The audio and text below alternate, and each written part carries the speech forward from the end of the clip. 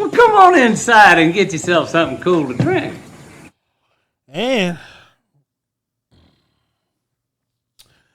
that boy's pretty terrible, huh? Hey, Bachi.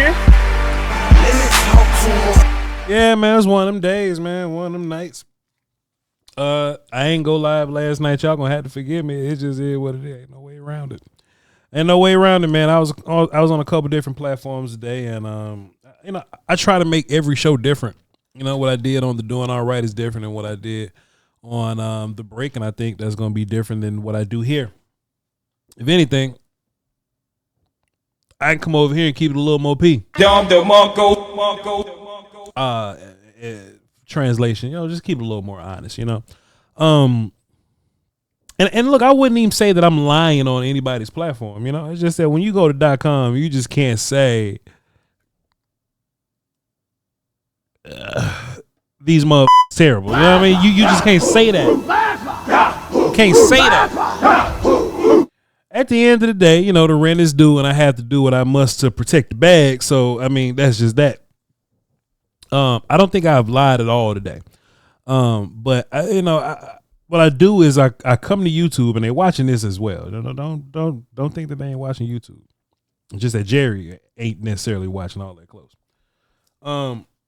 Man, I started to say just a couple more names over here on the YouTube.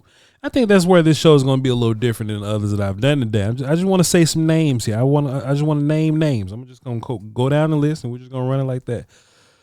I was working with Brian earlier today and twice on the two programs that we were on, the Doing All Right over on Crown Global Media and The Break on DallasCowboys.com.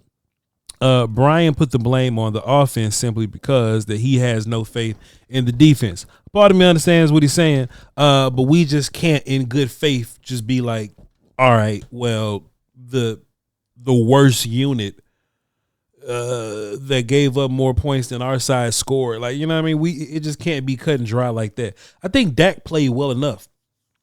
I think Dak played well enough to where if circumstances were a little bit different, it would have been fine. I think Dak only had like 9 incompletions, maybe 10. We wouldn't have the 2 interceptions if the ball don't bounce off Pickett's hands, things like that. It was definitely Dak's fault throwing the pick down in the red zone or whatnot. But if I'm shoddy, I'm not even calling that as a throw. I'm just gonna run the ball twice and get up in there. So I placed those picks on Pickens and Shoddy. But 250 some odd yards, man. I mean, Dak was solid. You know what I mean? He wasn't great. He wasn't fantastic. It was some things that he definitely could have done better. But my biggest issue is you're gonna call that game so differently. You're gonna call that game so differently because you're trailing all day. Right. I think one thing that benefits Dak a whole bunch is the play action game. Right. Dak was he was 10 for 11 on play action this game. Very, very on target here. But that works because you can run the football against the Bears. That's what the Cowboys were able to do. Javonte Williams was in prime position to whoop feet this entire game via the run. The issue that we ran into was the Bears are scoring fast. We are moving the ball slowly.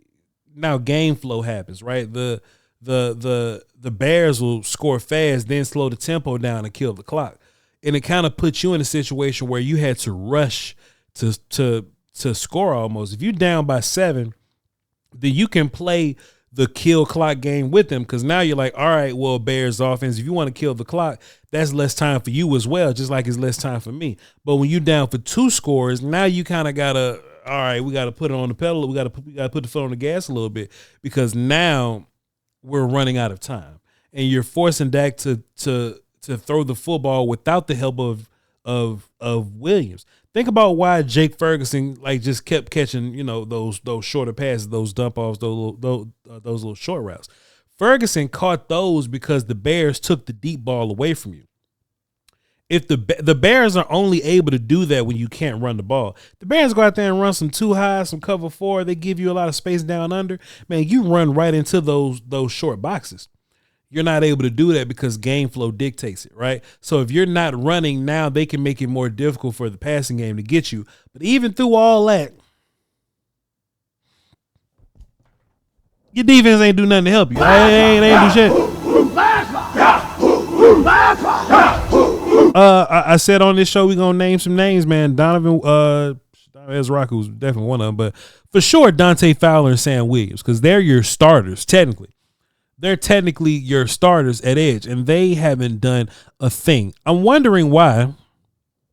I just wonder why they're not winning early like we've seen them win before, or why are they just so insistent on running down the middle of these offensive linemen? Or where's your counter move, right? Like there's zero pass rush at all. And I seen Flus try to run a blitz one time, but when I saw Flus run that blitz, it was like Kellen Moore running the football a couple years ago. Remember that happened? Kellen Moore went out there, he ran the ball like 5 times in a row, just said, here, damn, I ran the football.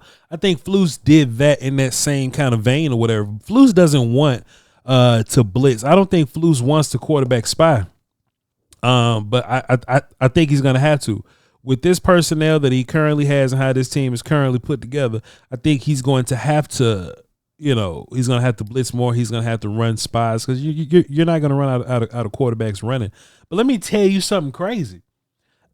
I don't even think running quarterbacks finna hit you upside the head no more. I think Jalen Hurts presented the running quarterback issue because he's terrible at like diagnosing and making reads and things like that. I think these quarterbacks are going to opt to not run around. I just think they just finna throw the ball. So Jordan Love, Bryce Young, get ready. All these guys is about to come up in here, man. They about to throw the ball against you, man. You might as well just get ready for that. And I think you have the pieces that can play better defense, but you can't play them out of position, right? I don't think Sanborn should be on the field at all. I don't mind Donovan Wilson being on the field, but why is he the one high guy? Why is Malik Hooker the down guy? I'm about sick of Malik Hooker ain't playing great anyway.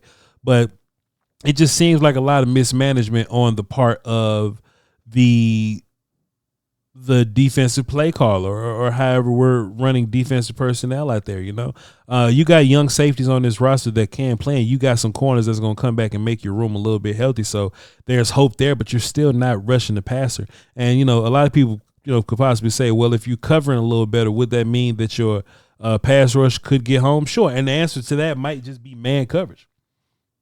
Man coverage or whatever, but I don't know. We'll see.